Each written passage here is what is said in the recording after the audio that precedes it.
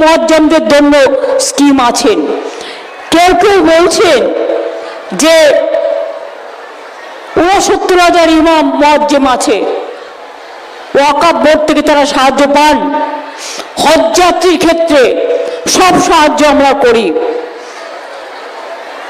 অনেক আনএডেড মাদ্রাসাকে আমরা স্বীকৃতি দিয়েছি এবং আনএডেড মাদ্রাসার শিক্ষক অশিক্ষক কর্মচারীদের সাম্মানিক প্রদানের জন্য রাজ্য সরকারের বহু তহবিল ভিত্তিক প্রকল্প চালু করেছি এবং ৩০৫টি কর্মতীর্থ তৈরি করা হয়েছে এবং চাকরির জন্য কোচিংও দেওয়া হচ্ছে।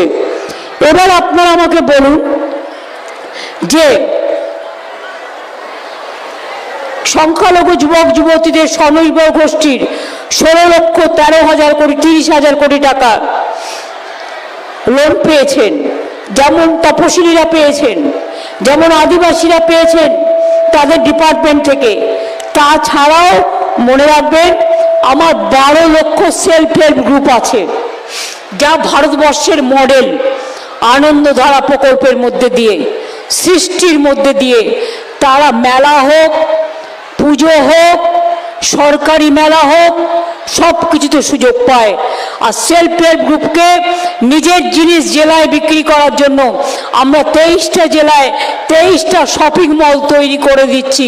তার 2টো তলা থাকবে, 2টো ফ্লোর থাকবে সেলফ হেল্প গ্রুপের মেয়েদের জিনিসপত্র বিক্রি করার জন্য। এবার আসি আমি, কোন সাম্প্রদায়িক শক্তি রটাচ্ছে, ধর্ম নিয়ে বিভাজন করছে, ধর্ম নিয়ে বিভেদ করছে। তাদের উদ্দেশ্যে বলি, ওয়াকফ প্রপার্টি সেন্ট্রাল গভর্নমেন্ট আইন করেছে বিজেপি, আমরা করিনি। পরিষ্কার জেনে রাখুন, আমরা বিধানসভায় এর বিরুদ্ধে প্রস্তাব নিয়ে বারণ করেছি।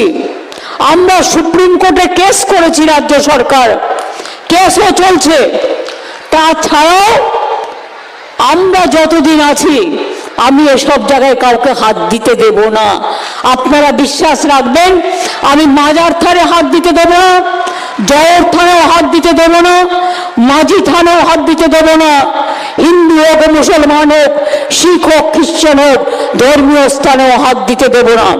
আমি ধর্ম নিয়ে রাজনীতি করি না, আমি সব ধর্মকে ভালোবাসি। সর্বধর্ম সমন্বয় আমাদের সবাইকে মানুষ হিসেবে ভালোবাসতে শেখায়। কি করে ভুলবো বলুন তো? নেতাজি সুভাষ